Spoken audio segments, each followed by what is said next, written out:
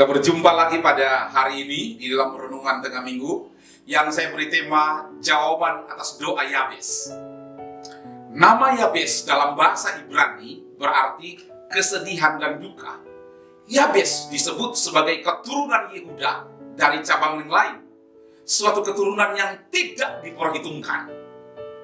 Namanya pun bukan merupakan nama yang memiliki arti baik. Nama Yabes berarti sakit, membawa kemalangan dan kesusahan.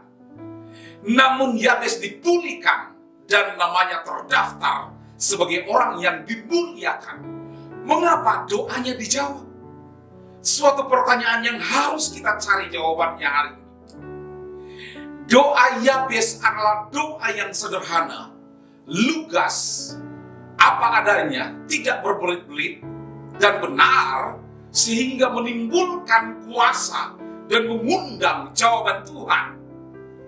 Seperti yang tertulis di dalam 1 Tawarik, pasalnya yang keempat, ayatnya yang ke-10, Yabes berseru kepada Allah Israel, katanya, kiranya engkau memberkati aku berlimpah-limpah dan memperluas daerahku.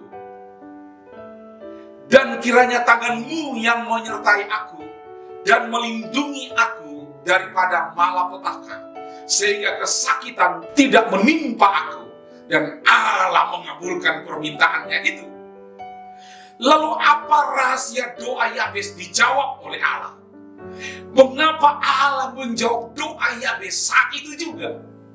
Yang pertama, Yabes tidak mudah putus asa. Yabes adalah orang yang takut akan Tuhan dan mengasihinya.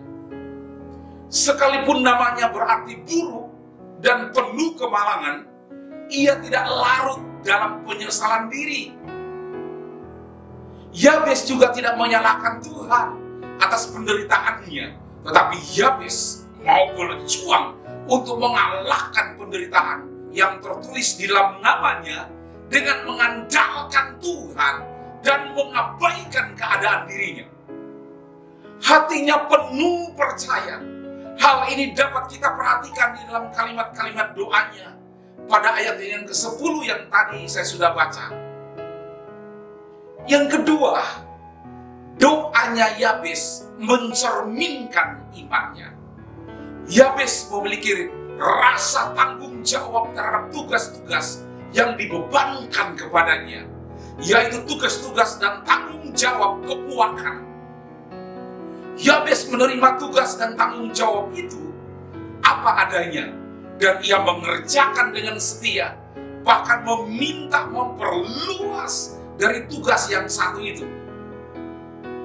Dengan cara demikian, Yabes telah menempatkan dirinya dalam kerajaan yang tak tergoncangkan. Yang ketiga, Yabes mengetahui kehendak Tuhan. Ia harus mengisi hatinya dan pikirannya dengan kata hati dan pikiran Tuhan. Jangan ikuti kata hati kita sendiri, sebab doa yang dijawab adalah doa yang sesuai dengan kehendak Tuhan. Kehendak Tuhan adalah memberkati kita dengan hidup yang berlimpah dan lebih daripada pemenang sebagai orang yang sudah diselamatkan. Untuk itu, harus mau berbagi dengan orang lain dan tidak menikmati hanya untuk diri kita sendiri. Yabes melakukan semuanya itu. Ia juga meminta supaya diberi kesempatan untuk memasurkan nama Tuhan melalui pekerjaan tangannya dalam dirinya. Yang keempat, berkat yang melimpah bukan untuk dirinya sendiri. Sebagaimana Daud, Yusuf, Esther, Ezra, dan Nehemia diangkat Tuhan karena Israel, Yabes pun diangkat Tuhan karena Israel. Demikian juga dengan kita. Tuhan minta supaya kita mempertanggungjawabkan berkat-berkat kita kepada Tuhan dengan memperhatikan orang-orang lain di sekitar kita.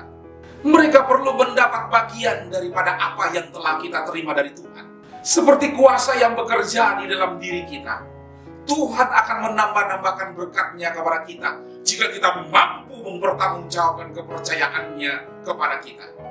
Namun jika tidak, Tuhan pun tidak akan menambah-nambahkan berkat kita.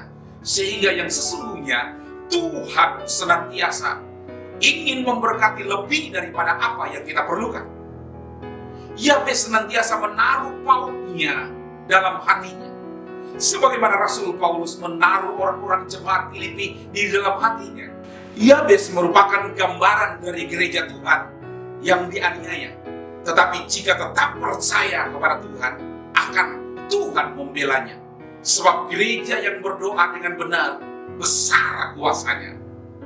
Yang seterusnya, Yabes minta Tuhan untuk memperluas daerah kekuasaannya. Perluasan kekuasaan erat kaitannya dengan pemasuran nama Allah. Memperluas berarti memasurkan nama Tuhan. Sebab dia tahu bahwa segala sesuatu dari Allah, oleh Allah, dan kepada Allah. Memasurkan nama Allah adalah tanggung jawab setiap orang yang percaya.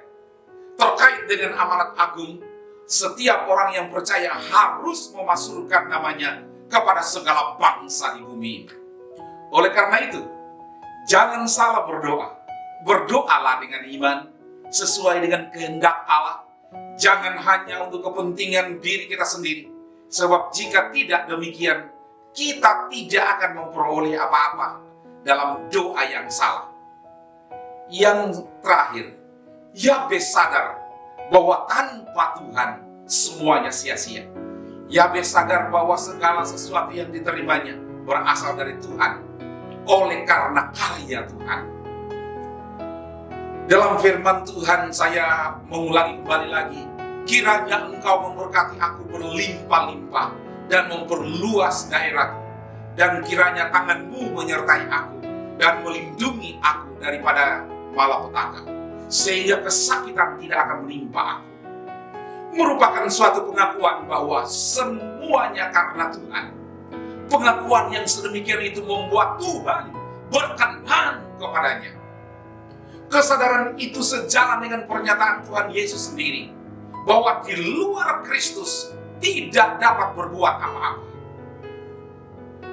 Kesimpulan saya, bukankah kita menginginkan doa-doa kita dijawab oleh Tuhan? Bersikaplah seperti Yabes. Segala sesuatu yang kita kerjakan haruslah memuliakan nama Tuhan. Kalau mau lebih, kerjakanlah dahulu apa yang dipercayakan oleh Tuhan. Tuhan akan menambahkannya. Jika tidak, Tuhan pun tidak akan menambahkan kepercayaannya kepada kita. Tuhan Yesus memberkati. Mari kita berdoa. Bapa, di dalam nama Tuhan Yesus Kristus, kami serahkan seluruh teman-teman, rekan kami, anak-anak-Mu dimanapun mereka berada yang mendengarkan firman ini. Biar mereka diteguhkan, mengalami kekuatan, dan diberikan solusi untuk supaya doa dijawab oleh Tuhan. Berdoa untuk rumah tangga, berdoa untuk karir, bekerja, pekerjaan mereka masing-masing. Dimanapun Engkau tempatkan kehidupan mereka, Tuhan menyertai dan memberkati.